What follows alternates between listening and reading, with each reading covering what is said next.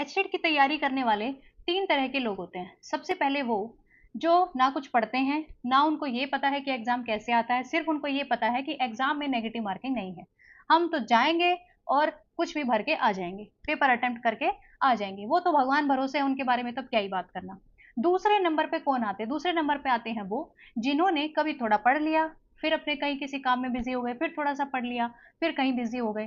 तो उन्होंने इतना सीरियसली ले नहीं रखा है। वो ये भी सोच रहे हैं कि हम तैयारी भी कर रहे हैं और उनको पता नहीं है कि वो ना तो तैयारी ही कर रहे हैं सही से और ना वो ये सोच के बैठे हैं कि हम तुक्के मारे आएँगे। वो कहीं के भी नहीं है, ना वो इधर के हैं, ना वो उधर के हैं।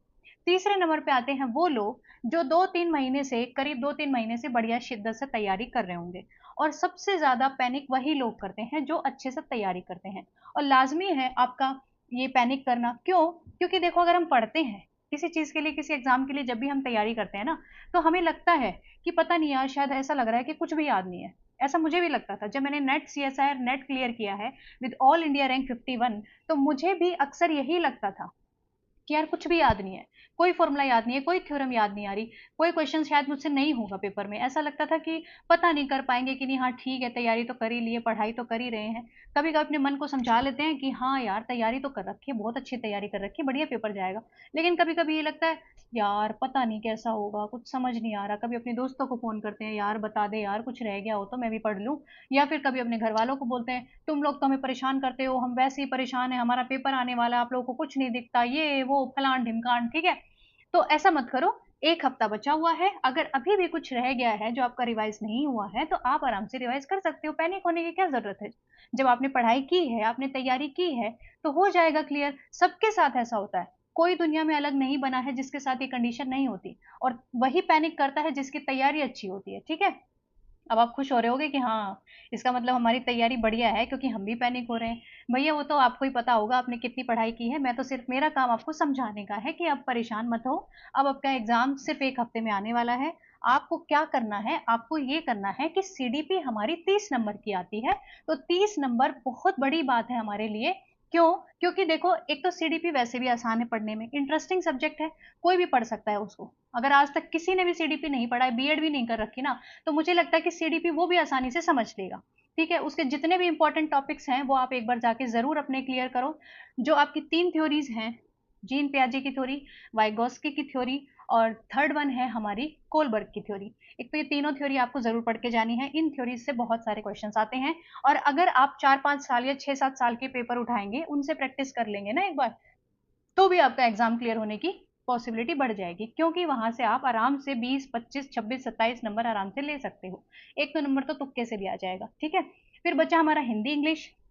हिंदी इंग्लिश में क्या करना है, अभी तक अगर आपने हिंदी इंग्लिश की कोई मैराथन वीडियो नहीं देखी है तो आप एक बार जाके जरूर देख लो क्योंकि हिंदी में व्याकरण इंपॉर्टेंट है। जो हमारे संधि समास ये सब आते हैं ना, तो ये थोड़े इंपॉर्टेंट टॉपिक्स हैं। इनकी तो क्या होती है, इससे परिभाषाएं होती हैं, आप पढ़ लो एक बार।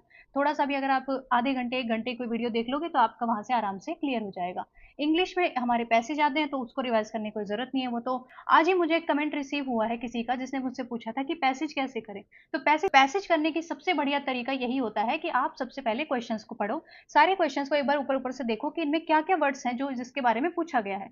वही वर्ड्स जाके आपको अपने उस पैसेज में ढूंढने होते हैं, ठीक है। उसके बाद हमारी ग्रामर, ग्रामर के लिए मैराथन देख लो, ठीक है। और फिर बची हमारी हरियाणा जीके। हरियाणा जीके, अब हरियाणा में रहते हो तो थोड़ा बहुत तो पता ही होगा आपको, अगर नहीं भी पता है तो भी आपके 3-4 नंबर तो वहां से आ जाएंगे। कहीं ना कहीं का तो आपको पता ही होगा कौन से डिस्ट्रिक्ट में क्या फेमस है, क्या हिस्ट्री थी और खेल कूद के बारे में, तो आपका वहां से भी 3-4 नंबर आराम से आ जाएंगे। फिर हमारे पास इंपॉर्टेंट चीज आती है हमारा कॉमन मैथ, जिसमें हमारे पास रीजनिंग और हमारे एप्टीट्यूड के क्वेश्चंस आते हैं। जो पीजीटी मैथ के जो स्टूडेंट्स होते हैं ना, उनको लगता है कि हम तो मैथ के स्टूडेंट्स हैं तो हम तो वो क्वेश्चन आराम से कर लेंगे, लेकिन ये गलती कर रहे हो आप। क्यों कर रहे हो? क्योंकि जब हम मेन सब्जेक्ट की तैयारी कर रहे हैं ना, उसका लेवल एडवांस लेवल है और जो हमारे 20 नंबर के क्वेश्चंस आते हैं उनका थोड़ा सा बेसिक लेवल है। लेकिन बेसिक लेवल में भी थोड़ा कॉन्सेप्चुअल पूछा जाता है और उसमें फॉर्मूले ट्रिक्स लगानी पड़ती हैं, तभी आप एक मिनट में क्वेश्चन कर पाएंगे। अब हमारे पास ये तो है नहीं कि 3 घंटे का पेपर है, 2.5 घंटे का पेपर है और उसमें भी 150 मिनट और 150 क्वेश्चन हमें अटेम्प्ट करने हैं। अगर आपको क्वेश्चन नहीं भी आता है तो उसका गोला भरने में भी तो समय लगेगा ना, है ना जी। तो और फिर लास्ट में आपको ये भी देखना पड़ेगा कि हमने सबके गोले भरे हैं कि नहीं, क्योंकि नेगेटिव मार्किंग नहीं है तो सबका इस पर भी मेन फोकस रहता है कि कहीं कोई गोला ना छूट जाए, क्या पता तुक्के से ही सही हो जाए, है ना। तो फिर आप एक काम करो, आज ही मैंने आप लोगों के लिए एक बहुत बढ़िया वीडियो बनाई है जो एचटेट के 50 मोस्ट इंपॉर्टेंट क्वेश्चंस हैं जिसमें कॉमन मैथ में पूछे जाते हैं। तो आप एक बार जाके, वो 1.5 घंटे की वीडियो है, एक बार जाके देख लो, प्रैक्टिस कर लो, आपकी बढ़िया तैयारी हो जाएगी वहां से। और अगर आपको मेन सब्जेक्ट के टॉपिक वाइज रिवीजन करनी है तो भी आपके लिए बहुत बढ़िया वीडियोस बना रखी, चैनल को विजिट करो, सारी वीडियोस को देखो। अब मेरी गारंटी है कि आपकी तैयारी एकदम स्ट्रांग हो जाएगी वहां से, क्योंकि मैंने इधर उधर के कोई क्वेश्चंस नहीं करा रखे, सिर्फ आपको टॉपिक समझाया है और टॉपिक से रिलेटेड जो भी आपके पीवाईक्यू हैं वही प्रैक्टिस करवाए हैं। और जितने भी पीवाईक्यू हैं पिछले 5 साल के, मैंने सारे अपनी वीडियोस में करा रखे हैं।